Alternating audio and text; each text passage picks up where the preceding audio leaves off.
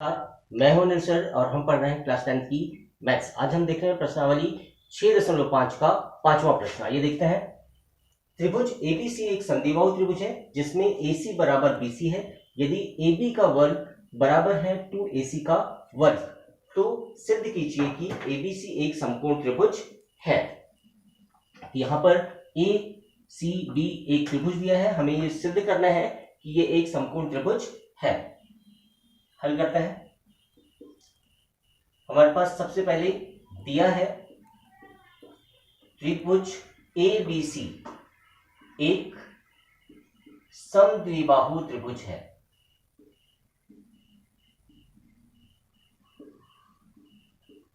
एक समद्विबाहु त्रिभुज है जिसमें AC बराबर BC, AC बराबर BC हमारे पास दिया हुआ है। सिद्ध करना है।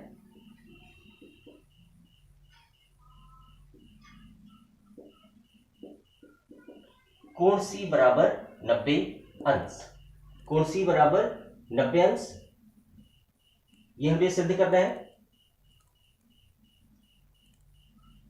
अब देखते हैं प्रमाण, यहां पर देखते हैं।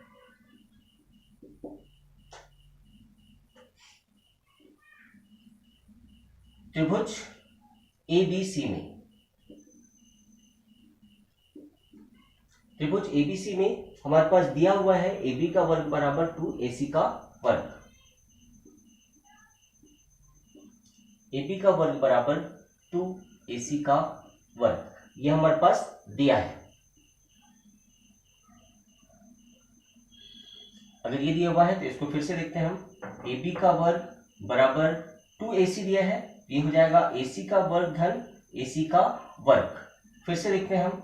AB का वर्ग बराबर AC का वर्ग, तो AC का वर्ग क्या हो जाएगा, ये यहाँ BC दिया है, तो AC का वर्ग बराबर धन BC का वर्ग। AC का वर्ग धन BC का वर्ग दिया है, तो यहाँ पर अब इसको अगर हम देखें तो AB का वर्ग बराबर AC का वर्ग धन BC का वर्ग। AB का वर्ग बराबर AC का वर्ग धन BC का वर्ग, ये क्या है, कर्ण का वर्ग बराबर लंब का वर्ग धन आधार का वर्ग। ये इस तरह से ये क्या हो जाएगा, कोण C बराबर हो जाएगा 90 अंश। और अगर कोण 90 अंश का हो जाता है मतलब ये एक समकोण त्रिभुज है। और ये किससे होगा, पाइथागोरस प्रमेय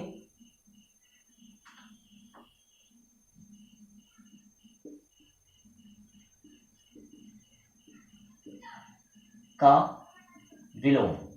इस प्रमेय से ये प्रमाण हमें मिलता है कि कोण C समकोण होगा। इस तरह से प्रश्न 5 हल हुआ। अब हम देखते हैं अगला प्रश्न। अगला प्रश्न देखते हैं हम। एक समबाहु त्रिभुज ABC की भुजा 2A है, उसके प्रत्येक शीर्ष की लंबाई ज्ञात कीजिए। तो यहाँ पर ये एक त्रिभुज है हमारे पास, समबाहु त्रिभुज हमारे पास दिया है। एक समबाहु त्रिभुज ABC की भुजा है, यहाँ पर दिया है हमारे पास त्रिभुज ABC एक समबाहु त्रिभुज है। समबाहु त्रिभुज मतलब जिसकी तीनों भुजाएं बराबर होती है, एक समबाहु त्रिभुज है जिसकी तीनों भुजाएं बराबर होती है। अब यहां पर हमने एक लंब खींचा है, AD लंब है BC पर। तो यहां पर हमें देखना है त्रिभुज ADB में, त्रिभुज ADB में यहां पर ये लंब है, कोण D बराबर 90 अंश का है। और अगर ये 90 अंश का है तो पाइथागोरस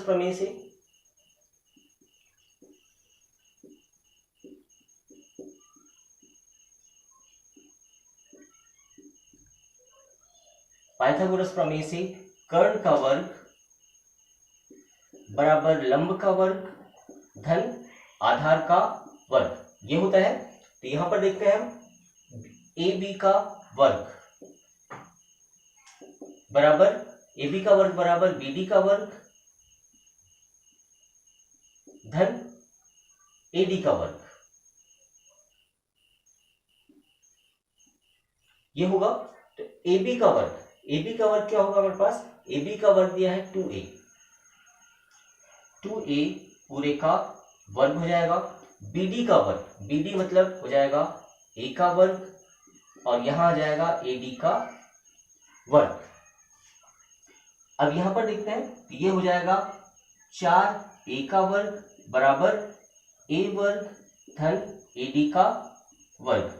फिर से इसका इस तरफ पक्षांतर करेंगे, ये हो जाएगा 4a का वर्ग ऋण a का वर्ग बराबर ad का वर्ग। और 4a में से a के घटेगा, यहां बच जाएगा 3a का वर्ग बराबर ad का वर्ग। आगे लिखते हैं यहीं पर ad का वर्ग बराबर 3a का वर्ग, या वर्ग है, वर्ग का इस तरफ पक्षांतर करेंगे तो ये आ जाएगा वर्गमूल ad बराबर वर्गमूल 3a का वर्ग। यहाँ पर a का वर्ग दिया है, वर्ग से वर्गमूल कटेगा, इस तरह से ad का मान आ जाएगा a वर्गमूल 3। और यही हमें ज्ञात करना था, प्रत्येक शीर्ष के लंब की लंबाई ज्ञात कीजिए, तो ad की लंबाई हमें मिल गई है। इस तरह से छठवां प्रश्न हुआ। अब हम देखते हैं सातवां प्रश्न। सातवां प्रश्न हमारे पास दिया है, सिद्ध कीजिए कि एक समचतुर्भुज की भुजाओं के वर्गों का योग उसके विकर्णों के योग के बराबर होता है। तो यहाँ पर समचतुर्भुज दिया है, समचतुर्भुज जिसकी चारों भुजाएं बराबर होती है, AB बराबर BC बराबर CD बराबर DA, चारों भुजाएं बराबर होती है और विकर्ण एक दूसरे को लंब पर काटते हैं, लंब पर प्रच्छेद करते हैं। तो ये जो त्रिभुज है AOD, ये एक समकोण त्रिभुज होगा। यहां पर हल करते हैं हम। त्रिभुज AOD में, त्रिभुज AOD में देखते हैं हम, अगर AOD में कोण AOD बराबर है 90 अंश का, तो ये एक समकोण त्रिभुज हुआ। और अगर समकोण त्रिभुज है तो यहाँ पर पाइथागोरस प्रमेय हम लगाएंगे, ये कर्ण हो जाएगा, ये लंब हो जाएगा, ये आधार हो जाएगा। तो कर्ण का वर्ग बराबर लंब का वर्ग धन आधार का वर्ग। तो कर्ण यहाँ पर क्या है, AD का वर्ग,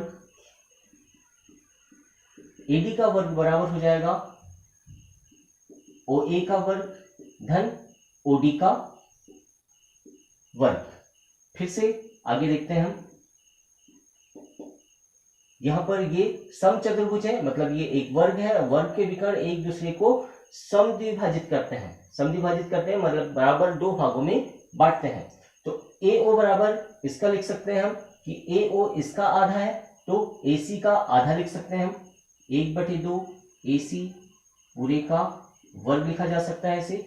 और OD भी यहाँ का इसका मध्य बिंदु है, तो ये हो जाएगा आधा BD का वर्ग, ये आ गया। फिर से आगे देखते हैं, AD का वर्ग बराबर कितना हो जाएगा, 1/4 AC का वर्ग, 2 का वर्ग 4 हो जाएगा। यहां पर भी देखते हैं 1/4 BD का वर्ग। अब 1/4 यहां से ले लेंगे हम कॉमन, दोनों से 1/4 कॉमन ले लिया, यहां बच जाएगा AC का वर्ग धन BD का वर्ग, ये बच गया। इस 1/4 का इस तरफ पक्षांतर करते हैं, अगर इस तरफ पक्षांतर करेंगे ये हो जाएगा 4AD का वर्ग, यहां भाग में इस तरफ आपकी गुणा में होगा, इस तरह से AC का वर्ग धन BD का वर्ग।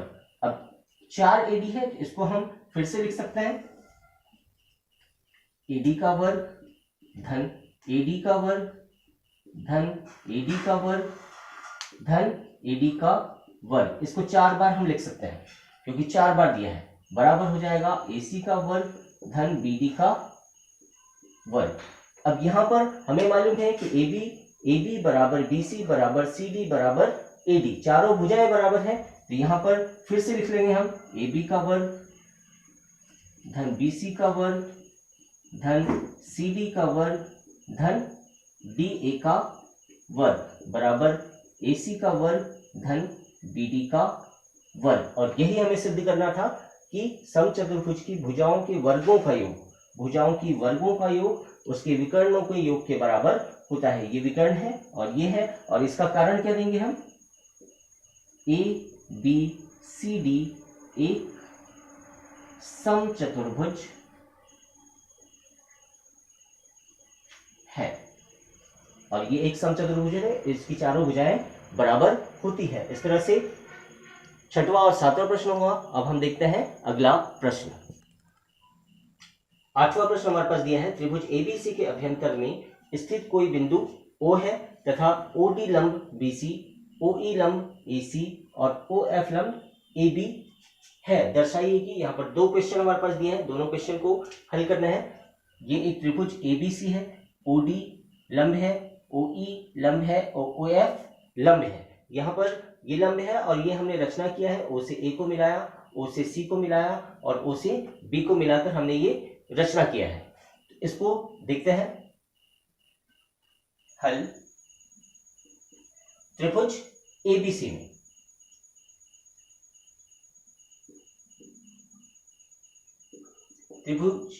में हमारे पास दिया है OD लंब BC, OE लंब AC और OF लंब AB। इतना हमारे पास दिया हुआ है। अब सबसे पहले हम देखते हैं, ये इससे हमने इसको मिला दिया है, तो ये एक त्रिभुज हो गया, ये समकोण त्रिभुज, त्रिभुज AOF, त्रिभुज AOF पे ये एक समकोण त्रिभुज है और ये इसका कर्ण है। कर्ण का वर्ग बराबर लंब का वर्ग धन आधार का वर्ग, तो ये हो जाएगा AO का वर्ग बराबर OF का वर्ग धन FA का वर्ग। इसको मान लेंगे समीकरण 1। फिर से देखते हैं त्रिभुज BOD में,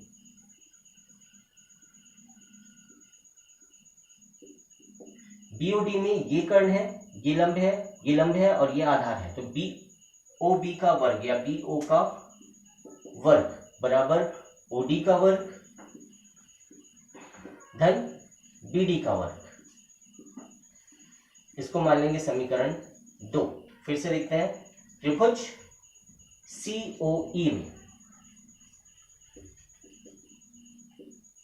यहां पर ये कर्ण है, तो OC का वर्ग या CO का वर्ग बराबर OE का वर्ग धन EC का वर्ग।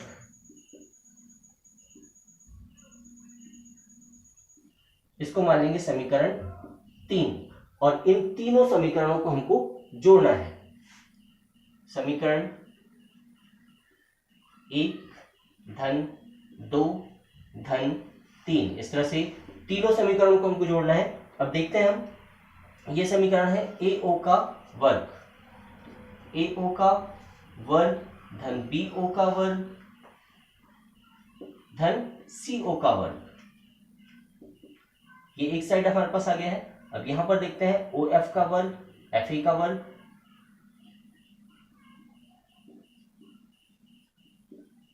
धन OD का वर्ग, BD का वर्ग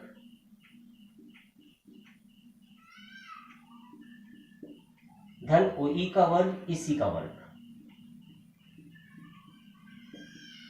इतना हमारे पास आ गया है। अब यहां पर ये तीनों भुजाएं OF, OD और OE का इस तरफ पक्षांतर करेंगे। ये हो जाएगा AO का वर्ग, BO का वर्ग धन CO का वर्ग, OF का इस तरफ पक्षांतर करेंगे, धन है, इस तरफ आके ऋण होगा, ऋण OF का वर्ग। फिर OD का वर्ग का पक्षांतर करेंगे, ये भी धन है, इस तरफ आके ऋण होगा, OD का वर्ग। और फिर OE का पक्षांतर करेंगे, ये भी होगा ऋण OE का वर्ग। क्या बच जाएगा हमारे पास? FA का वर्ग, BD का वर्ग धन EC का वर्ग। और यही हमें सिद्ध करना था, OA का वर्ग, OB का वर्ग, OC का वर्ग, OF का वर्ग, OD का वर्ग और OE का वर्ग बराबर AF का वर्ग, BD का वर्ग, CE का वर्ग। यही हमें सिद्ध करना था। इस तरह से ये पहला प्रश्न हुआ। अब हम देखते हैं दूसरा प्रश्न। दूसरा प्रश्न हमारे पास है, इसको हल करने के लिए पहले से ये जो हमारे पास हल दिया है इसी को हमें यहां पर लेना होगा। तो हल करते हैं प्रश्न 1 के हल से।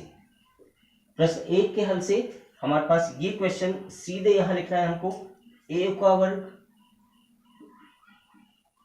धन BO का वर्ग धन CO का वर्ग ऋण OF का वर्ग ऋण OD का वर्ग ऋण OE का वर्ग बराबर दिया है FA का वर्ग धन BD का वर्ग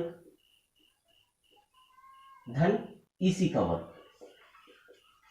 ये हमारे पास पहले प्रश्न के हिसाब से दिया है, तो इसी से हम यहाँ शुरुआत कर रहे हैं। अब देखते हैं यहाँ पर हम AO का वर्ग है, AO का वर्ग और OE का वर्ग, इन दोनों को लेते हैं हम। AO का वर्ग और ये दिया है OE का वर्ग, ये ऋण OE का वर्ग, इसको लेंगे ब्रैकेट में। फिर से लेते हैं हम BO का वर्ग, BO का वर्ग और OF का वर्ग, OF का वर्ग, इन दोनों को ब्रैकेट में लिखते हैं। अब बच गया हमारे पास CO का वर्ग, CO का वर्ग और OD का वर्ग बराबर FA का वर्ग धन BD का वर्ग धन EC का वर्ग, ये ले लिया है। अब यहां पर देखते हैं हम, तो AO का वर्ग और OE का वर्ग, इन दोनों को, ये कर्ण है ये लंब है, कर्ण में से लंब अगर माइनस करेंगे तो यह आ जाएगा